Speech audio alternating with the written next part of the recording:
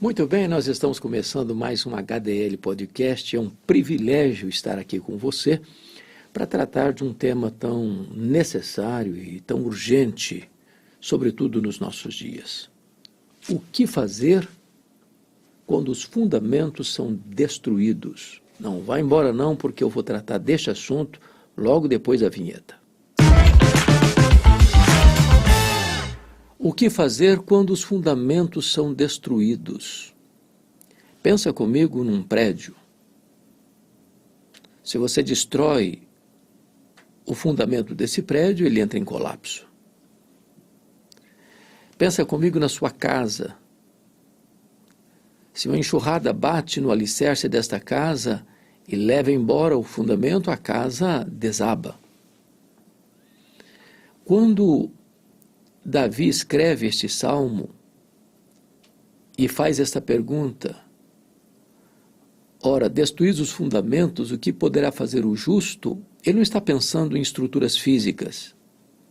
Ele não está pensando na engenharia civil, na arquitetura. Ele está falando de princípios e valores. Ele está falando de uma sociedade que se caotizou. Ele está mencionando uma sociedade que perdeu o referencial da integridade, da justiça e se corrompeu ao extremo.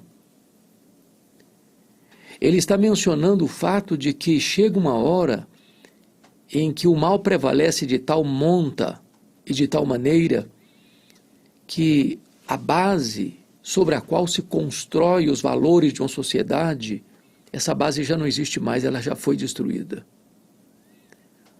Onde a violência campeia, onde a maldade impera, onde a injustiça predomina, onde o grande pisa o fraco, onde o rico rouba o pobre, onde aquele que governa para si e não para o povo, onde as cortes, em vez de seguir a lei e aplicar a justiça, fazem parte do esquema da criminalidade. Então, destruídos os fundamentos, o que poderá fazer o justo? O que é curioso é que Davi escreveu esse texto 1000 anos antes de Cristo. Portanto, eu estou falando de um diagnóstico feito por Davi há mais de 3.000 anos. Os séculos vieram, rolaram, se foram, milênios surgiram e despediram-se. Entretanto, quando eu olho para a sociedade brasileira, e por que não dizer mundo afora, constata-se o mesmo problema que Davi constatou há 3.000 anos. Ora, destruídos os fundamentos, o que poderá fazer o justo? Quando você olha para o cenário brasileiro, o cenário é sombrio, é doloroso, por que não dizer até revoltante? O que você percebe é que nós estamos vivendo a institucionalização da corrupção, da violência, da falta de pudor,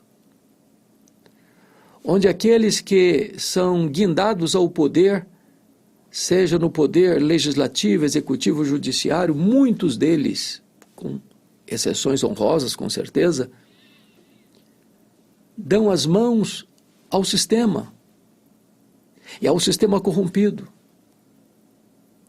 Nós estamos assistindo hoje uma onda, um tsunami de corrupção tal, que parece-nos que não tem mais cura, não tem mais reversão.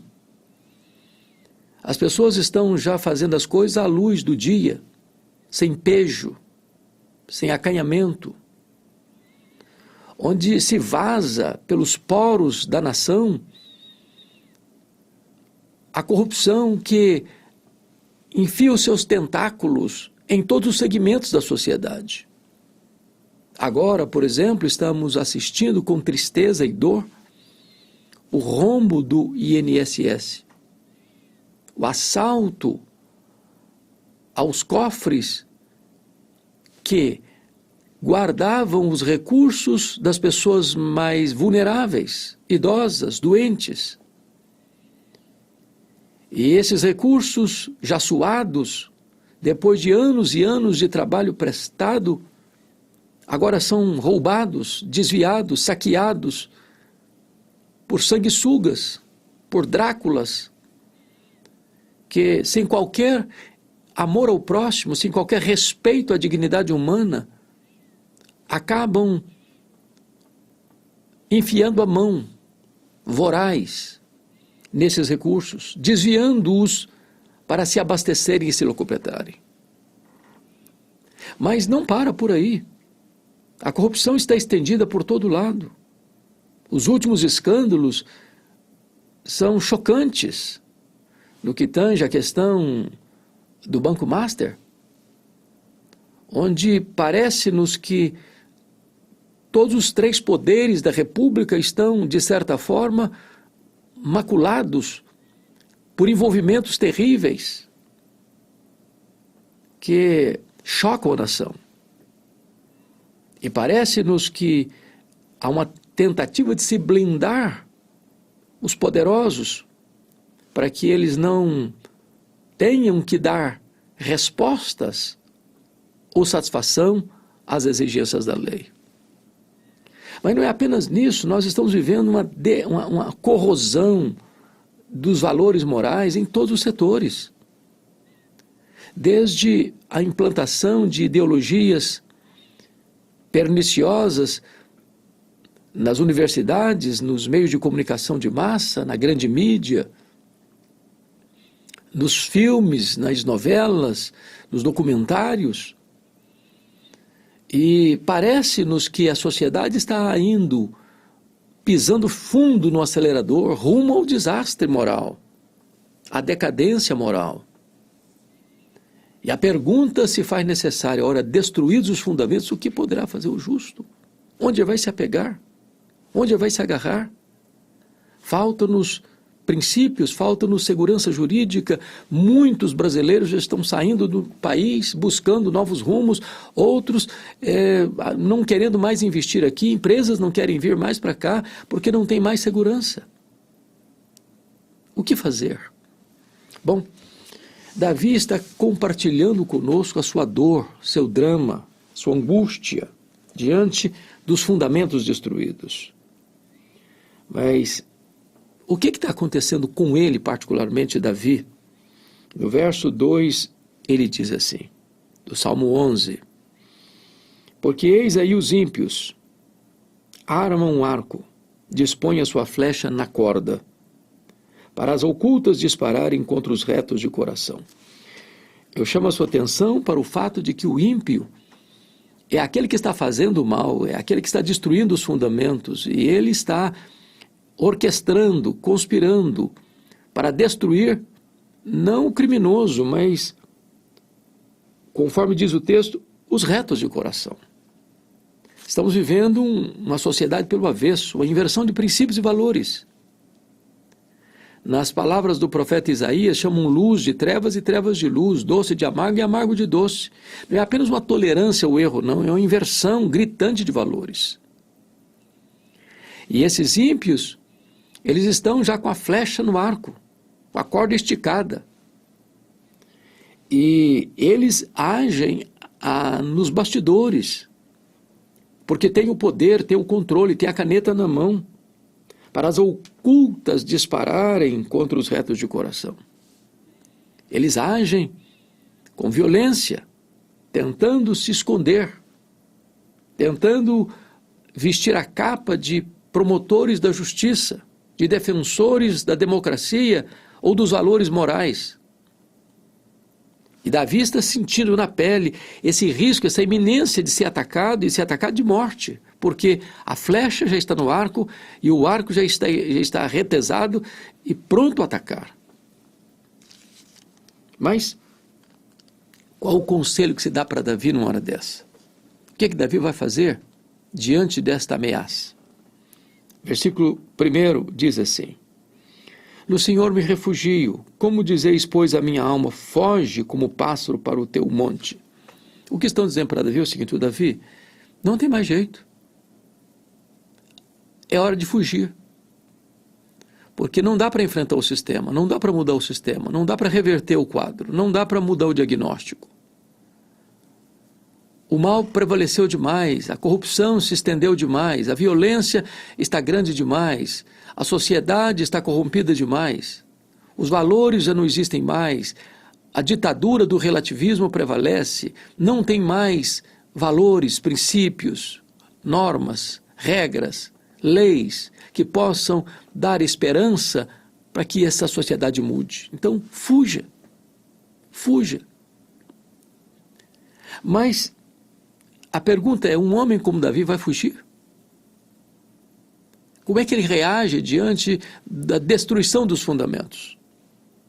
Se você perceber o contexto dele, talvez escreve este salmo diante dos muitos ataques que enfrentou, primeiramente do seu sogro, o rei Saul, que queria matá-lo.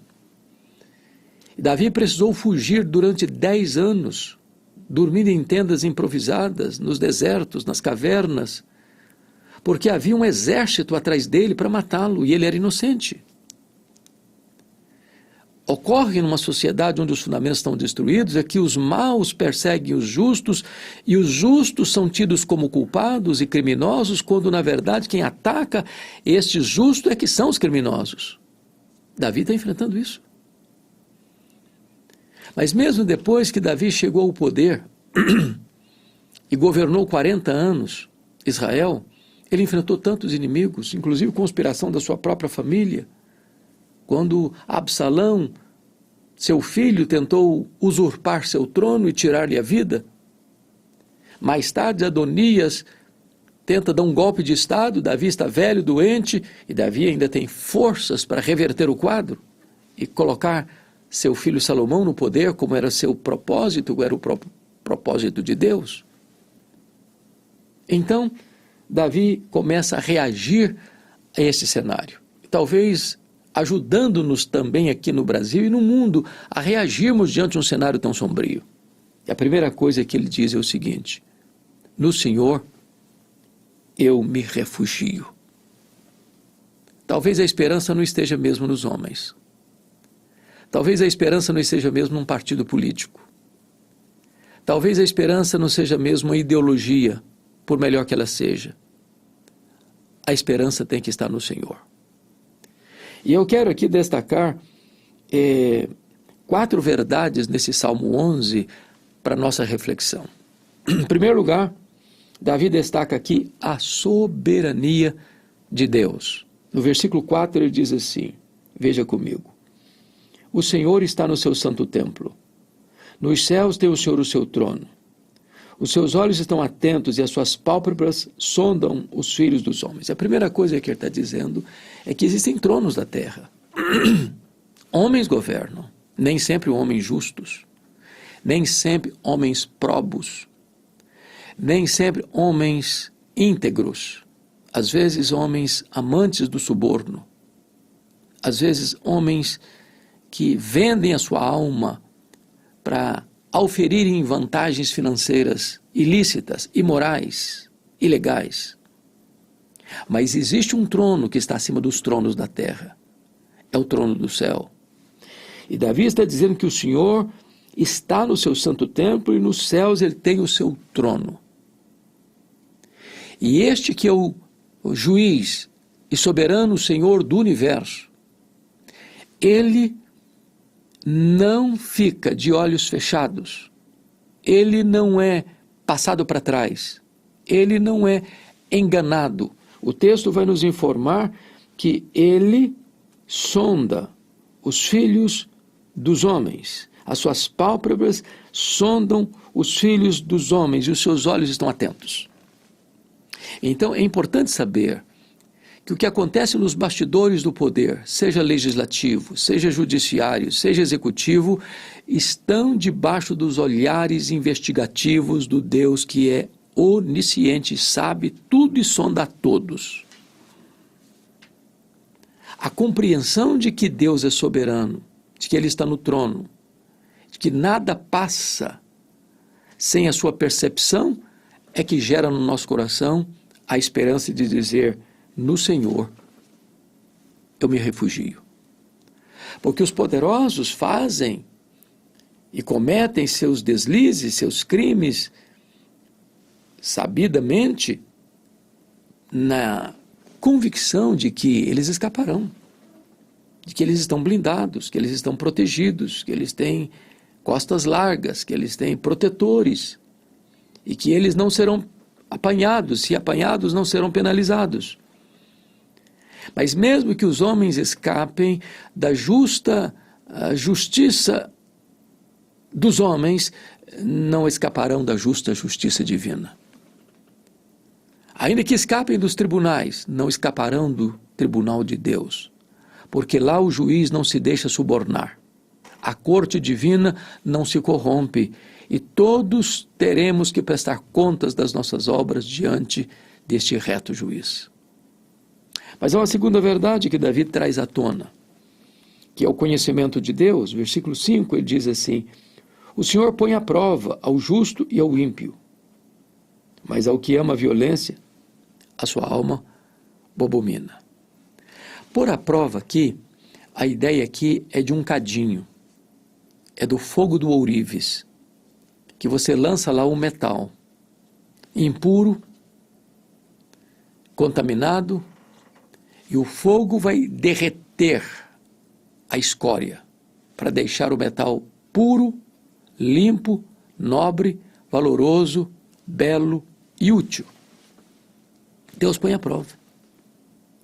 E Deus põe à prova o justo e o ímpio, porque Deus não tem dois pesos e duas medidas. Deus é reto no seu julgamento. Agora, aquele que é apanhado nesse julgar divino, nessa prova divina, o texto diz: a este a alma de Deus abomina. Deus não faz parceria com o crime. Deus não dá as mãos àqueles que pervertem a lei, violam a justiça, subornam tribunais, vendem sentenças, se miscuem neste mundo corrupto para oferirem vantagens. Não, a alma de Deus abomina estas práticas. Então, saber que Deus sabe traz ao coração esperança para dizer: no Senhor eu me refugio.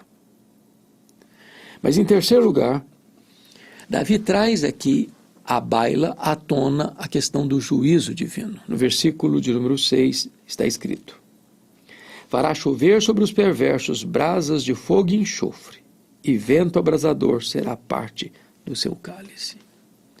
Aqueles que hoje, por roubarem o erário público, roubarem as empresas, seja elas estatais, sejam elas privadas, para auferirem vantagens, acumulando riquezas imorais, ilícitas, desviando esses valores talvez para paraísos fiscais, achando que eles escaparão, está escrito: Deus fará chover sobre os perversos brasas de fogo e enxofre.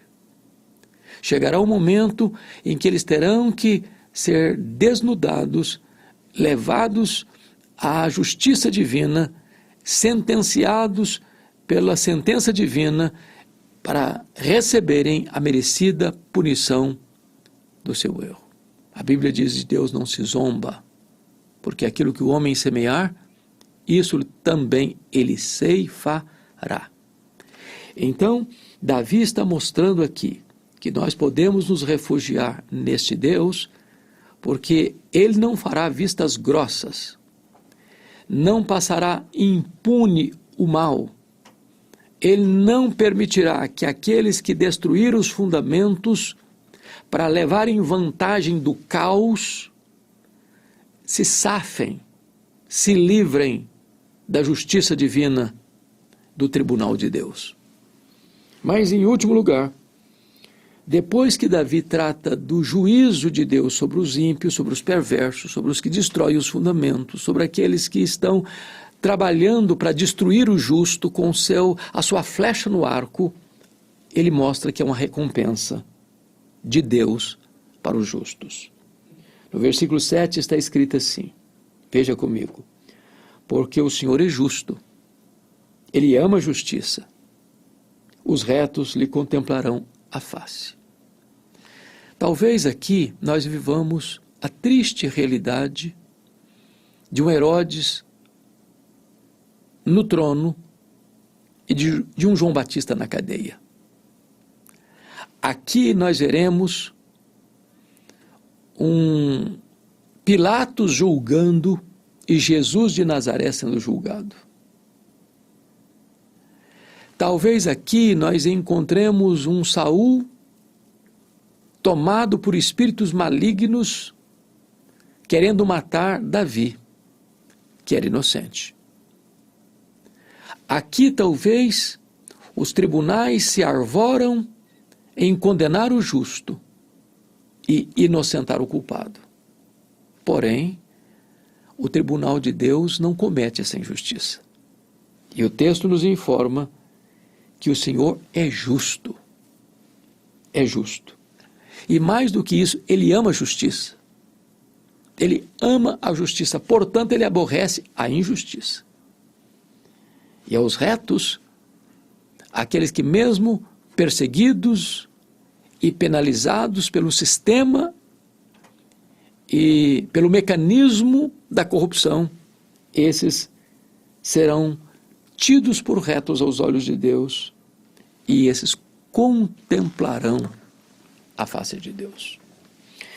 O Salmo 11 vai nos mostrar, portanto, que não vale a pena uma vida rendida ao mal, à corrupção, à violência. Não vale a pena a pessoa se render a um mecanismo da corrupção para levar vantagem, deixando o outro, talvez, com seu patrimônio dilapidado, com a sua sobrevivência comprometida, para que ele, o corrupto, leve vantagem. Não vale a pena. Primeiro, não vale a pena porque a Bíblia nos diz que o bom nome vale mais do que riquezas. O que adianta um homem ter avião, iate, hotéis, riquezas, conta recheada de milhões, se ele não tem paz na alma? Se ele não pode andar de cabeça erguida na rua? Se ele não pode olhar para os filhos nos olhos e não se sentir vergonha dos seus deslizes, desmandos, então a Bíblia diz que o bom nome vale mais do que riquezas. Mas a Bíblia diz também que vale mais um prato de hortaliça, onde tem paz, do que banquetes, talvez opíparos, mas onde não tem paz, não tem verdade, não tem justiça, não tem alegria verdadeira, não tem amor genuíno, não tem lisura, honestidade. Então, vale mais uma refeição frugal do que um banquete, onde à roda da mesa o cardápio principal é a maldade. Então, o Salmo 11 vai nos instruir que é melhor você andar com integridade de coração. É melhor você ser justo, ainda que perseguido, ainda que penalizado, ainda que tenha seus bens sequestrados. A maior riqueza que você tem é a sua comunhão com Deus, é de ter Deus como seu refúgio, é de saber que Deus vê tudo, sabe tudo, sonda todos e que ao fim os justos serão recompensados. Quando a Bíblia trata do juízo final, há só duas cenas possíveis: os que estiverem à esquerda e os que estiverem à direita do Senhor. O Senhor diz que os que estiverem à sua esquerda, Ele vai dizer: apartai-vos de mim, malditos, para o fogo eterno preparado para o diabo e seus anjos. Mas os que estiverem à sua direita, Ele vai dizer: vinde benditos de meu Pai, entrem na posse do reino que você está preparado desde a fundação do mundo. De que lado você está? Do lado da justiça ou da injustiça? Os fundamentos estão sendo